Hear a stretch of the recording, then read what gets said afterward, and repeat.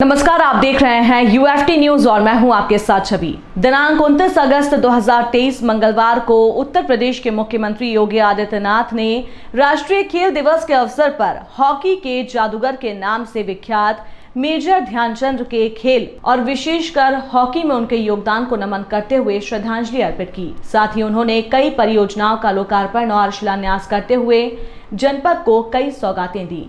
Dhyanchand stadium में उपस्थित जनसमूह को संबोधित करते हुए सीएम योगी ने कहा, यूं तो झांसी वीर वीरांगनाओं की धरती है और महारानी लक्ष्मीबाई के पराक्रम की गौरव गाथा से देश और दुनिया में विख्यात है, लेकिन जब बात खेल की होती है तो भी ये धरती किसी मायने में पीछे नहीं दिखाई देती है। ये वो धरा है जहां से मेजर ध्यानचंद ने अपने जादुई खेल से पूरी दुनिया को विस्मित किया।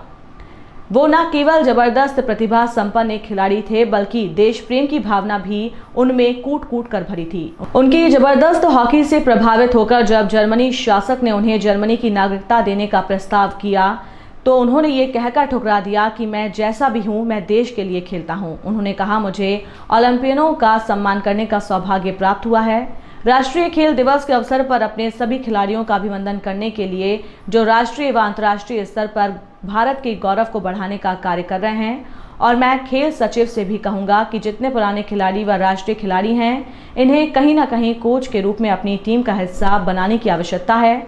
खेल और खिलाड़ियों को डबल इंजन की सरकार प्रोत्साहित करने को पूरी ताकत के साथ कार्य करेगी। मुख्यमंत्री ने बताया कि पहली बार प्रदेश में हम लोगों ने एकलव्य क्रीड़ा कोष की स्थापना की। वर्ष 2023-24 के लिए 125 राष्ट्रीय और अंतर्राष्ट्रीय खिलाड़ियों को फेलोशिप देते हुए 32,35,000 उनके खाते में डीबीटी के माध्यम से अभी अंतरण किया गया है। इस अवसर पर मैं उन सभी खिलाड़ियों का भी हृदय से अभिनंदन करता हूं जिन्होंने राष्ट्रीय स्तर पर उत्तर प्रदेश को पहुंचाया।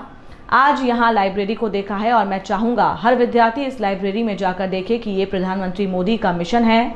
लाइब्रेरी अपने आप में स्टार्ट सिटी मिशन की सफलता को एक नया आयाम प्रदान करती है और साथ ही यहाँ पर मेजर ध्यानचंद जी का म्यूजियम भी बनाया गया है। यहाँ के विकास के कार्यक्रम आगे हुआ के साथ ही यहाँ पहली बार प्रदेश में हमने एक कोष स्थापित की है और 23-24 के 125 राष्ट्रीय और अंतर्राष्ट्रीय खिलाड़ियों को फेलोशिप देवे 32,35,000 रुपये के खाते में डीबीटी के माध्यम से अभी अंतरण किया है। इस अवसर में उन सभी खिलाड़ियों को भी हृदय से उनका अभिनंदन करता हूं जिन्होंने अंतर्राष्ट्रीय स्तर पर देश का नाम किया, राष्ट्रीय स्तर पर उत्तर प्रदेश गौरवान्वित किया है। आज यहाँ पर 1900 करोड़ रुपए की जो परियोजनाएं हैं, उनमें से मुझे 2-3 परियोजनाओं को बहुत नजदीक से देखने का अवसर प्राप्त हुआ। मैंने अभी सिटी मिशन के अंतर्गत झांसी के अंदर बनी हुई लाइब्रेरी को देखा है और मैं चाहूंगा हर विद्यार्थी, हर नौजवान उस लाइब्रेरी में एक बार जरूर जाए। कितनी अच्छी लाइब्रेरी बनी हुई है। पहले क्या था, आज क्या है। स्मार्ट सिटी मिशन प्रधानमंत्री मोदी जी का मिशन है और मिशन के अंतर्गत बनी हुई लाइब्रेरी अपने आप में स्मार्ट सिटी मिशन की सफलता को एक नया आयाम प्रदान करता है। और साथ ही साथ यहाँ पर मेजर ध्यानचंद जी का म्यूजियम भी बनाया गया है। हर खिलाड़ी से, हरिवा से मैं कहूंगा कि मेजर ध्यानचंद जी के प्रति समर्पण का भाव क्या है। यह म्यूजियम उसका मूर्त रूप है, आप उसको भी जरूर देखिएगा। आज बुंदेलखंड विकास की नई ऊंचाइयों को प्राप्त कर रहा है। भाइयों बहनों, जब मैं पहली बार बुंदेलखंड में आया था मुख्यमंत्री बनने के बाद, तो उस समय प्रधानमंत्री जी ने मुझे कहा सबसे पहले बुंदेलखंड की ही यात्रा करना। और भाइयों बहनों, मैं बुंदेलखंड आया था। जब मैं यहाँ आया था तो स्वतंत्र देव जी ने और यहाँ के माननीय जनप्रतिनिधियों ने मुझे कहा कि बुंदेलखंड में कनेक्टिविटी भी है, पानी की समस्या है। आज मुझे बताते हुए प्रसन्नता है भाइयों बहनों, जल जीवन मिशन में हर घर नल की योजना प्रभावी से क्रियान्वित है। हर घर योजना जल जीवन में आज प्रभावी से लागू हो रही है और हर तक आपका पानी हम लोग पहुंचाने में सफल होंगे। बुंदेलखंड का एक साकार हो जाएगा। इसके साथ ही बुंदेलखंड की सिंचाई की तमाम परियोजनाओं को पूरा किया गया है। बुंदेलखंड में बुंदेलखंड एक्सप्रेसवे आज बुंदेलखंड के विकास को एक नई ऊंचाई प्रदान कर रहा है।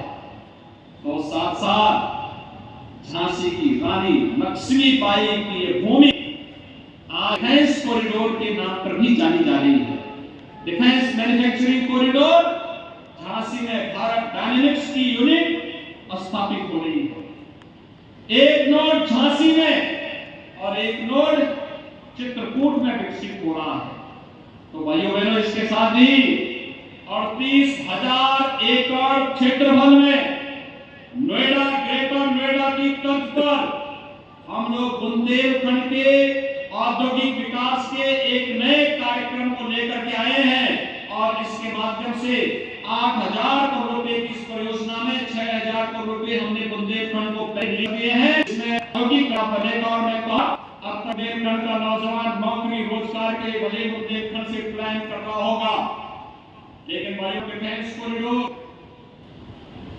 बुंदेलखंड एक्सप्रेसवे और एक्सप्रेसवे के साथ जब यहाँ पे औद्योगिक जिससे विकसित क्षेत्र बनेगा तो भाइयों बहनों दुनिया कार्य करने के लिए झांसी बुंदेलखंड में आएगी और यह नौकरी और रोजगार के एक नए हब के रूप में स्थापित होगा। यह जो क्षेत्र विकसित हो रहा है, एक तरफ बुंदेलखंड एक्सप्रेसवे है, दूसरी तरफ कानपुर झांसी राष्ट्रीय राजमार्ग और इसके बीच में बनेगा एक नया एयरपोर्ट जो झांसी के विकास को एक नई ऊंचाई प्रदान करेगा। और ये बुंदेलखंड पहला क्षेत्र होगा जिसके पास दो एयरपोर्ट होंगे। एक एयरपोर्ट झांसी में, एक चित्रकूट में। ललितपुर में भी हमारा फार्मा पार्क एक नई गति पकड़ रहा है। और भाइयों बहनों, जब आज बुंदेलखंड के विकास को हम देखते हैं तो मुझे बहुत अच्छा लगता है, सुखद अनुभूति होती है। जो प्रधानमंत्री जी की मंशा थी बुंदेलखंड विकास की नई ऊंचाइयों को प्राप्त करे, हमारे सांसद जी, हमारे विधायक जी, हमारे विधायक गणों ने इनके मेहनत से, इनके पुरुषार्थ से आज एक गति पकड़ती जा रही है। ये जो प्रस्ताव रखते हैं, हम बुंदेलखंड के विकास को ध्यान में रखकर यहाँ की माताओं की, यहाँ की बहनों के, यहाँ के युवाओं के, यहाँ के किसानों के परिश्रम को ध्यान में रखे हम उसको नजरअंदाज नहीं करते, कहते हैं कम होगा, मना नहीं करते, कहते हैं जितना पैसा चाहिए बुंदेलखंड के लिए उतना पैसा वहां के विकास